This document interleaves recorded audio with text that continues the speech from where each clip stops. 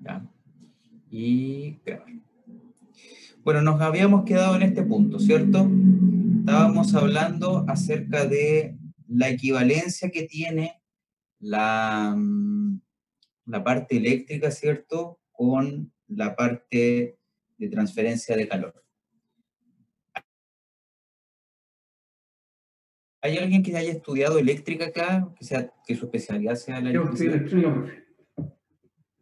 Muy bien. Entonces usted reconocerá lo que está aquí, especialmente la alusión a la ley de Ohm, ¿cierto? Exactamente. Entonces, esto lo pregunto siempre para que no me, para que me equivoco, me dejen de mentiroso, ¿cierto? Pero básicamente lo que busca esto es lo siguiente. Como Claudio sabrá, nosotros tenemos, ¿cierto? Nosotros tenemos en electricidad lo que es los circuitos en serie, ¿cierto? Los circuitos en serie. Y tenemos también circuitos en paralelo. Es decir, esto que tengo acá, ¿cierto?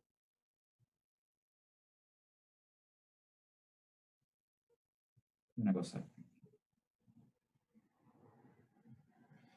paralelo.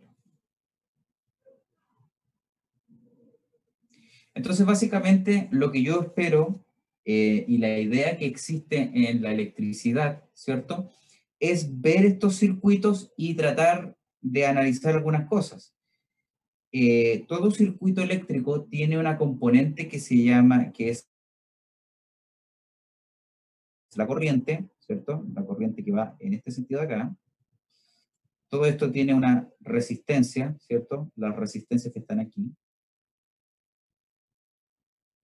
Y esto es producido por una caída de voltaje que se produce entre estos puntos. O produce una caída de voltaje esta corriente que pasa. Lo mismo ocurre aquí. ¿Cierto? Tengo un delta V.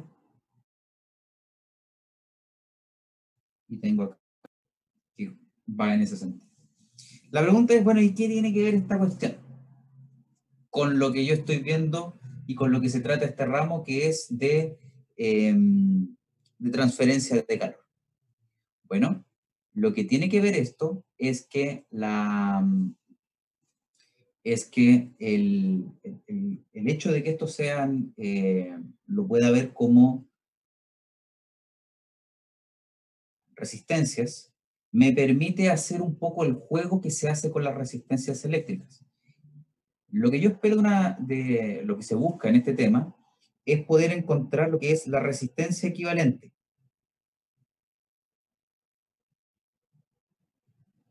Equivalente.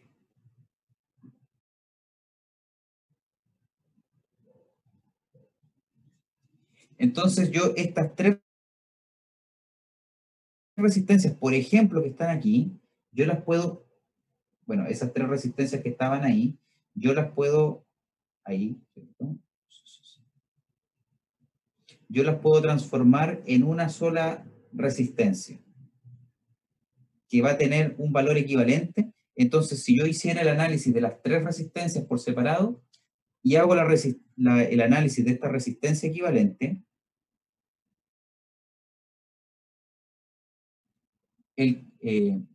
básicamente la información que yo puedo extraer o que puedo obtener acerca de este circuito es el mismo. Lo mismo pasa cuando yo tengo resistencias en paralelo.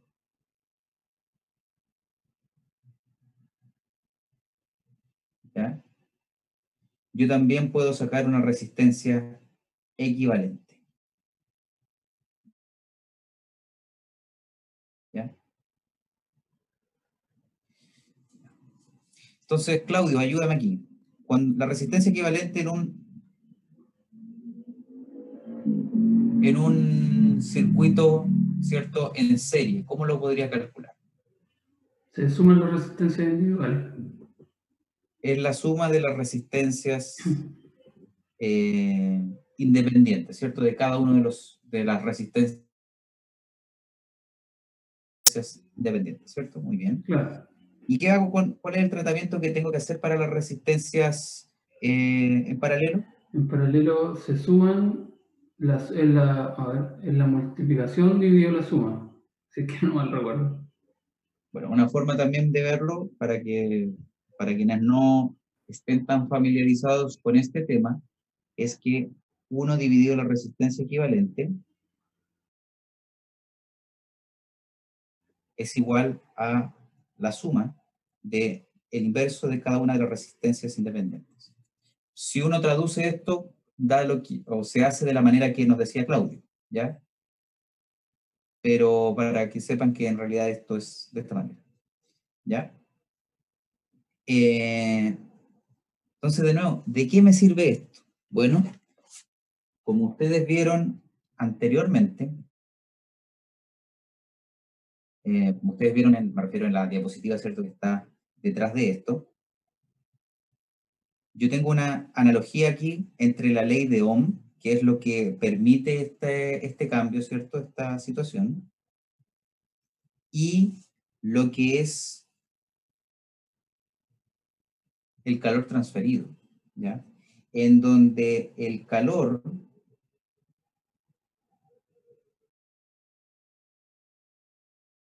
Q es un análogo, ¿cierto?, de la intensidad de corriente, ¿ya? Perdón.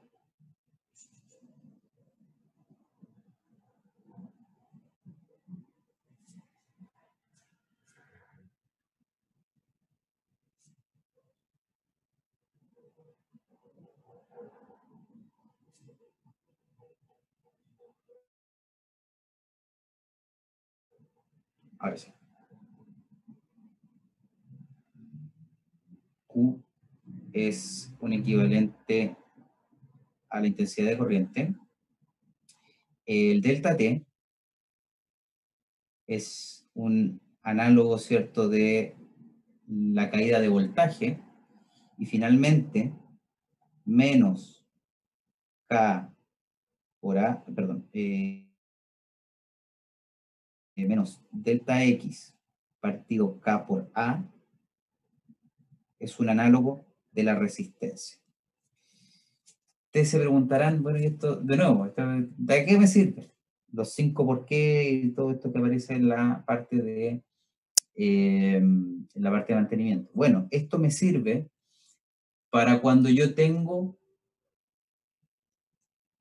paredes o tengo elementos que son mezclados. Por ejemplo, un caso muy típico, ¿cierto?, que se nos puede venir a la mente, es cuando yo tengo, por ejemplo, una pared con ladrillos. Entonces la pared, normalmente, especialmente cuando son con ladrillos, yo lo que tengo es una porción de cemento, yo lo que voy a ver, ¿cierto?, es una altura de cemento, y luego voy a tener un ladrillo, y así sucesivamente. Entonces yo lo que puedo hacer es, si quiero saber la conducción que tengo a través de ello, yo lo que hago es ver una porción de esto, pienso en una porción de cemento y en un ladrillo, ¿cierto?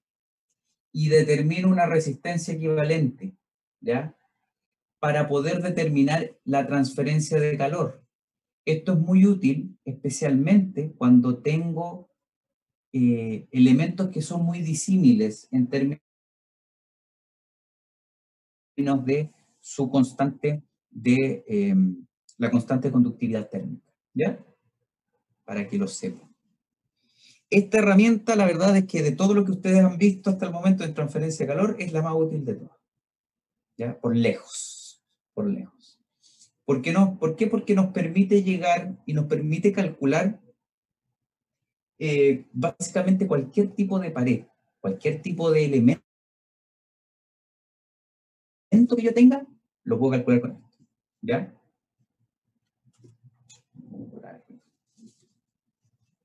Entonces, lo más importante de todo esto es que ustedes puedan determinar, ¿cierto? Y puedan ir viendo cómo trabajar este tipo de cosas. Otra situación muy típica de este tema es cuando yo tengo, por ejemplo, una pared de un material, ¿cierto? Y entre medio tengo elementos de aislación, ¿ya? O de conductividad, dependiendo el elemento que yo esté analizando. Entonces, yo puedo, cada uno tiene su conductividad, ¿cierto? Propia.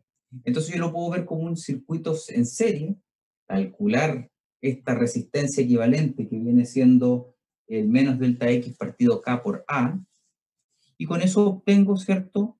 La resistencia equivalente, la sumo, y puedo ver los delta T en un lado de la pared y en el otro, sin tener que pasar por los distintos delta T de las paredes que yo estoy analizando, ¿ya? Es una técnica que se utiliza, ¿cierto? Y que se puede utilizar para hacer este tipo de análisis, ¿cierto? Y para simplificar los cálculos cuando uno lo necesite, ¿ya? Con esto, ¿alguna duda y o consulta?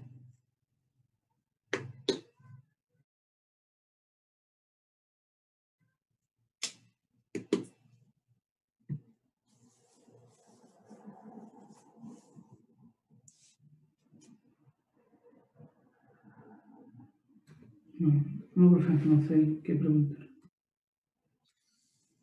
No sé si eso es bueno o malo. Bueno, veamos, nos dice considerar las pérdidas de calor desde un tanque cilíndrico de 200 litros, el cual está en el interior de una casa. ¿Puede usted considerar este problema como uno de estado estacionario o transiente? Además, ¿usted consideraría este problema como uno de una, dos o tres dimensiones? La idea acá es que ustedes puedan ir aplicando, ¿cierto?, lo que hemos estado viendo hasta el momento en la materia, ¿cierto? Entonces, supongamos que tenemos este cilindro, ¿cierto? Un cilindro de gas puede ser, que contiene 200 litros de este fluido que transporta. Entonces, yo lo tengo en el interior de la casa y quiero saber la conducción térmica que tiene este cilindro. ¿Cómo ustedes pensarían que podríamos resolver este problema?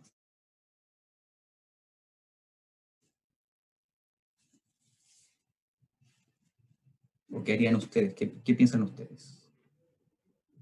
Yo creo que sí, sí se puede considerar como tres dimensiones.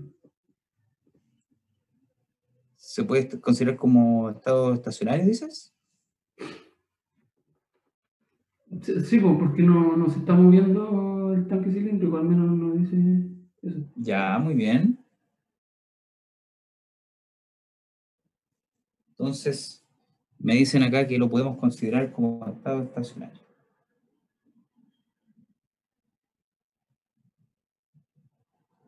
¿Ya?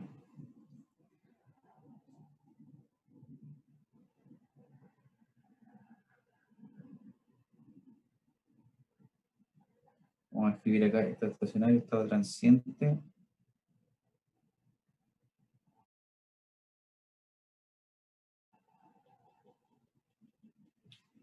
De estado estacionario tengo un voto. ¿Ya? Y vamos a escribir al ladito también. Escribir.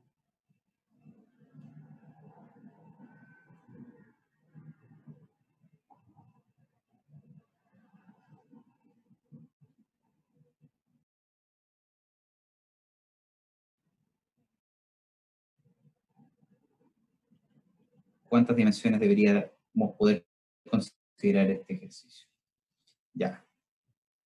Entonces, tengo un voto para estado estacionario. ¿Quién Yo más? también. Uno más. ¿Tú piensas que también estado estacionario? Muy bien. Tengo dos votos. Profe, disculpe, Lo disculpo. el estado estacionario es cuando no varía en el tiempo o algo así, Correcto. ¿cierto? Pero acá dice que está perdiendo calor, entonces ¿por qué sería un No sé, estado pues si se lo estoy estacionario? preguntando yo a O sea, ustedes. según yo está variando. Yo no creo que sea estado estacionario. Ya, no es estado estacionario. ¿Lo ves como un estado transiente? Sí. Lo podemos considerar como un estado transiente.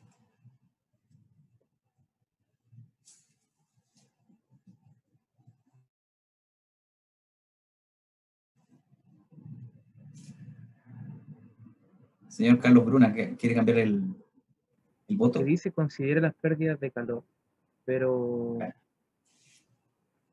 no sé, podrían ser las pérdidas de calor podrían ser cero. No sé. Ya cambió, Ya, igual trasciende, claro, sí, tiene un sentido, ¿cierto? Pero para hacer eso, igual uno tiene que partir claro pensando que hay pérdida y de repente se puede encontrar con que tiene cero pérdida. Ya, mira, ¿quién más? En ¿Quién ese más se caso, atreve? si es cero pérdida, sería transiente y estacionario. Ya, pero eso, ojo, él está partiendo de la premisa, ¿cierto? Acá no están pidiendo por las pérdidas. Y tú te puedes encontrar con que las pérdidas son cero o sea, que no tiene pérdida o que tiene pérdida, porque te están pidiendo considerarlas.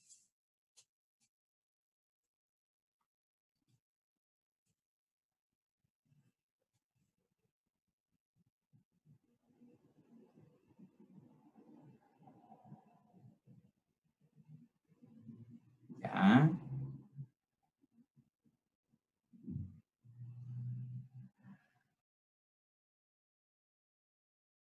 ¿qué más? Tómense un par de minutitos para que lo piensen, lo sientan, ¿cierto? Y de ahí lo conversamos.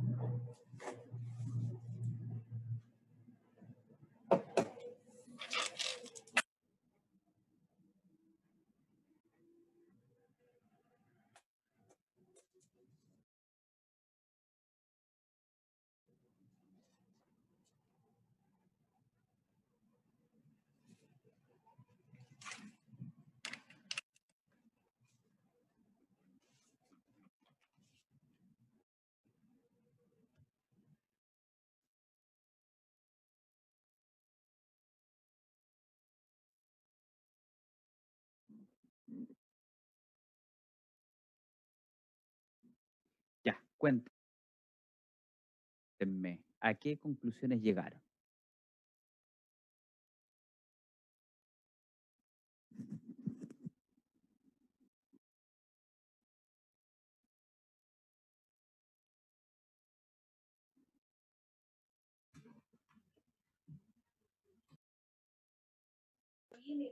Ya, a ver, yo pienso que es un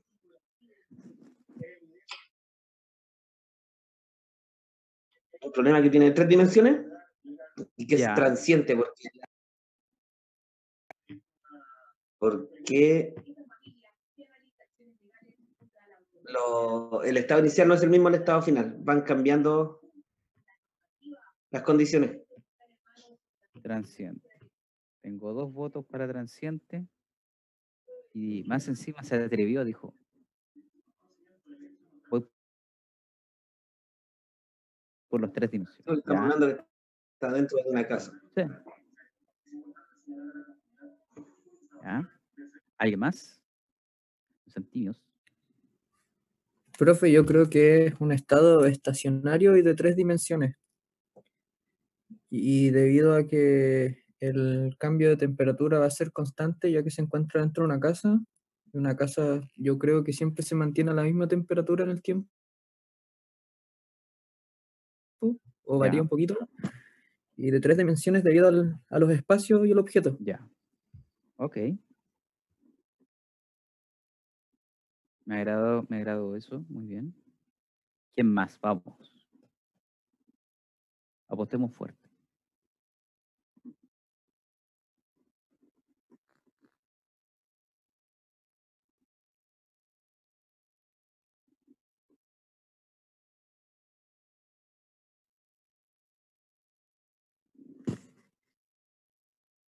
¿Quién más dice yo? ¿Quién más dice yo descubrí qué tipo de sistema es o qué tipo de problema es?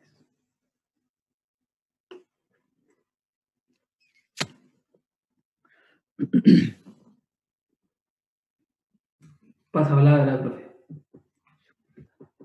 Ahí tengo el rosco de emoji más encima casi. Ya, vamos viendo. Tenemos un cilindro, ¿cierto? Que tiene en su interior, básicamente lo que acá nos están diciendo es que tiene básicamente un fluido que está a alta temperatura, ¿cierto? Como la idea detrás de eso. Pensemos en un termo muy grande, por ejemplo, como para hacernos una idea de qué es. Entonces, si pierde calor, ¿cierto? Tiene las pérdidas de calor. Normalmente uno tiene que pensar, ¿cierto? De esta manera, ¿cierto? Y que esto va disipando calor de alguna manera. ¿Ya? Como estamos en un tema de conducción, vamos a solamente considerar el hecho de que internamente esto de aquí tiene una salida de calor a través de la coraza. ¿Ya? Esa es la gran consideración que vamos a tener. Primero, 200 litros, más o menos, de este tipo de estructuras, son aproximadamente, son 0,2 metros cúbicos, ¿cierto? Y si vamos viendo qué es un metro cúbico, igual es una cantidad más o menos grande, ¿cierto? Una estructura para nada despreciable, como para que vayamos guiando, ¿cierto? Nuestro raciocinio. Entonces, estas estructuras, estos termos, por ejemplo, que sirven para calentar agua, normalmente son más largos que con un diámetro muy grande, ¿cierto? Por pensar de alguna manera. ¿Ya? Entonces, la pregunta aquí es, el gradiente de temperatura que yo voy a tener en el cilindro aquí, en esta cara, ¿ya? Versus el gradiente versus la temperatura que voy a tener en esta otra cara de acá. Pongamos que este es un T1 y este es un T2. ¿Ya? En esa dirección, a mí me interesará mucho ese gradiente de temperatura. O sea, bueno, ese gradiente de temperatura, ¿será considerable para No. efectos? No, No, ¿cierto? va a ser casi similar. Va a ser despreciable, digámoslo así. Las cosas como son, ¿ya? Si nosotros vamos desde el centro, ¿ya? Del centro del tema. Lo voy a dibujar de nuevo para poder, lo rayé mucho.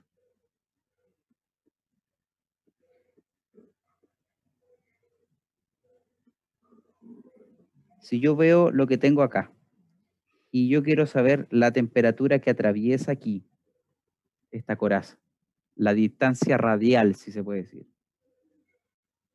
Ahí podríamos decir que la temperatura o el gradiente de temperatura va a ser primordial, ¿no?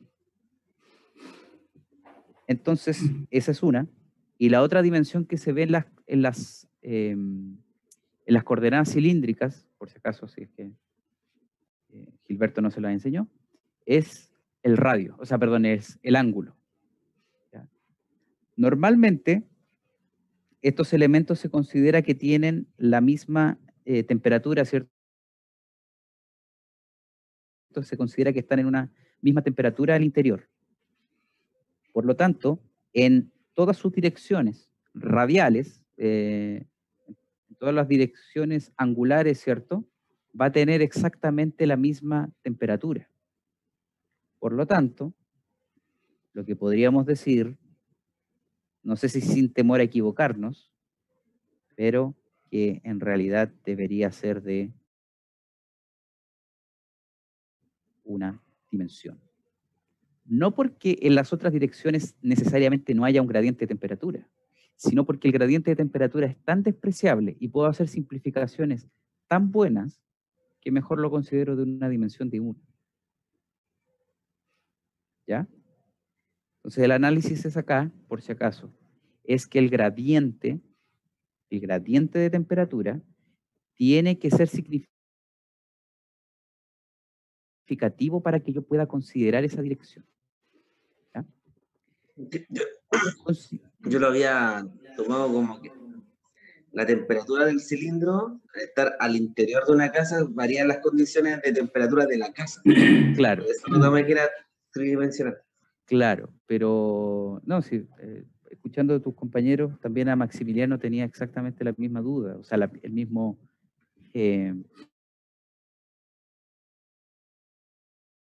error. Lo importante es que aquí me están preguntando del cilindro. El hecho de la casa lo que hace, como bien decía, alguien lo decía, es que la temperatura dentro de la casa, creo que fue el mismo Maximiliano, la temperatura de la casa se mantiene relativamente constante. ¿Ya? Por más que estés en el desierto de Atacama, ¿cierto? El interior de la casa es relativamente, tiene una temperatura relativamente pareja. Puedan haber fluctuaciones, ¿cierto? Pero ya. Entonces, estado estacionario, estado transiente.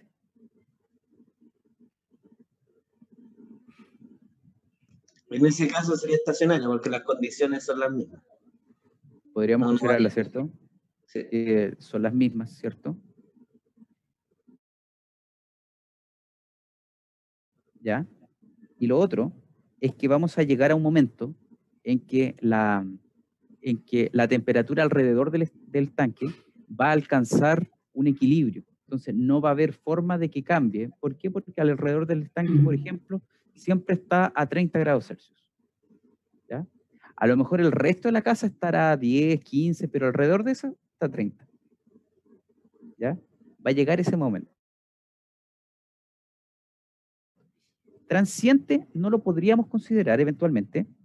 Esto aquí queda a criterio de cada uno cómo haga las consideraciones. ¿Por qué? Porque el estado transiente implica generación de calor. Entonces, como acá no nos dicen qué tipo de cilindro es, para mí es un tipo, y como me dicen que están al interior de una casa, para mí es que está, ¿cierto?, de estos calentadores de agua. Por ende, siempre van a tener algún grado de generación de calor. Entonces, por eso, según mi perspectiva, ¿ya?, no podría ser considerado transiente porque existe una generación de calor. ¿Ya? Entonces, aquí yo podría, mejor dicho, considerarlo como un estado estacionario. ¿Ya? Ahora, si ustedes lo ven como un termo gigante de agua, se calienta o se enfría, es un cuento aparte. ¿Ya? Así que para eso, en este caso, la gramática a mí me indica, según lo que yo leo acá, que es un estado estacionario porque al considerarlo una especie de termo de agua, calentador de agua, para mí siempre va a haber una generación de calor. ¿Ya? Esa es la idea detrás de esto.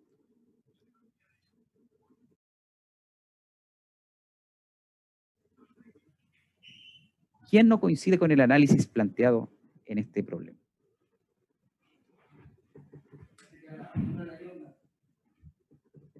Profe, yo no entiendo lo de las dimensiones. Ya. Te lo explico inmediatamente. Ya.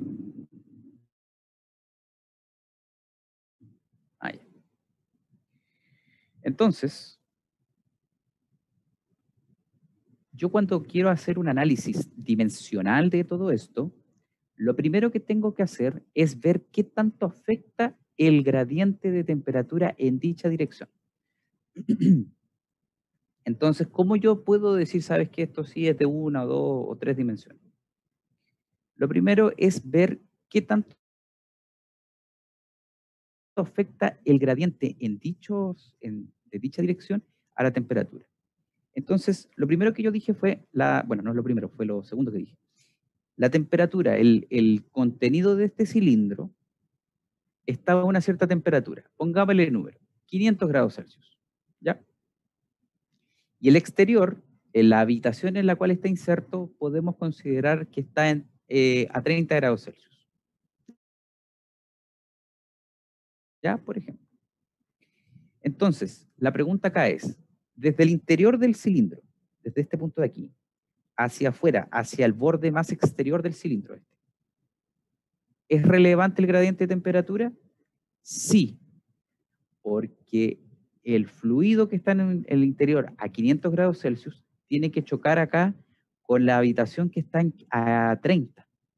Entonces, eso genera un gradiente que nos permite, ¿cierto? Permite que este flujo de calor ocurra. Entonces, ¿es relevante ese gradiente? Sí, es relevante. La siguiente dirección relevante o más evidente para uno, el largo. El gradiente de temperatura que está en esta cara, o sea, la temperatura que está en esta cara, debería generar un gradiente con la temperatura que yo tengo aquí. ¿Ya? No se ve nada.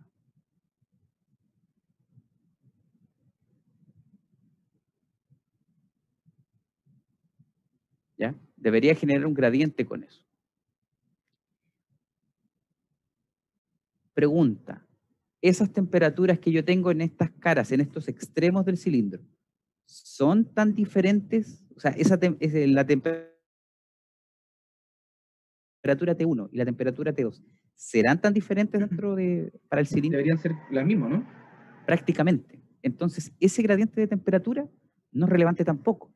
O sea, no es relevante, porque entre esta cara, este extremo y este otro extremo, no hay mucha diferencia. ¿Ya? ¿Qué pasa ahora? Esto es meramente porque estamos hablando de coordenadas cilíndricas. ¿Qué pasa ahora con el radio? O sea, ya, vi que de aquí a acá no hay diferencia. O sea, es relevante. Ya, ¿qué pasa si yo giro esto? Si yo voy evaluando esto y voy girando a medida que voy avanzando de manera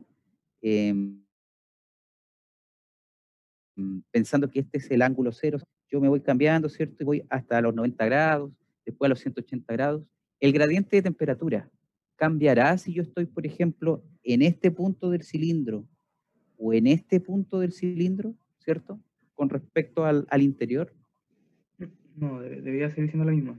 Debería seguir siendo el mismo, ¿cierto? Entonces, la parte angular tampoco me afecta a lo que es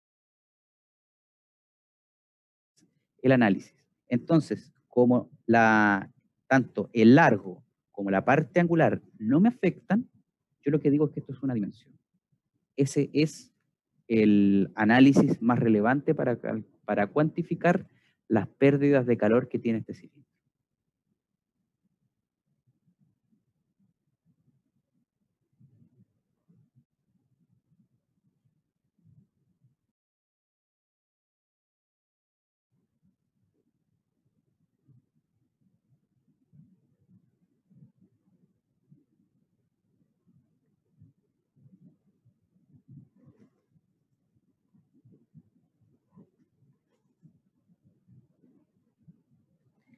¿Dudas y o consultas con este análisis que se hizo?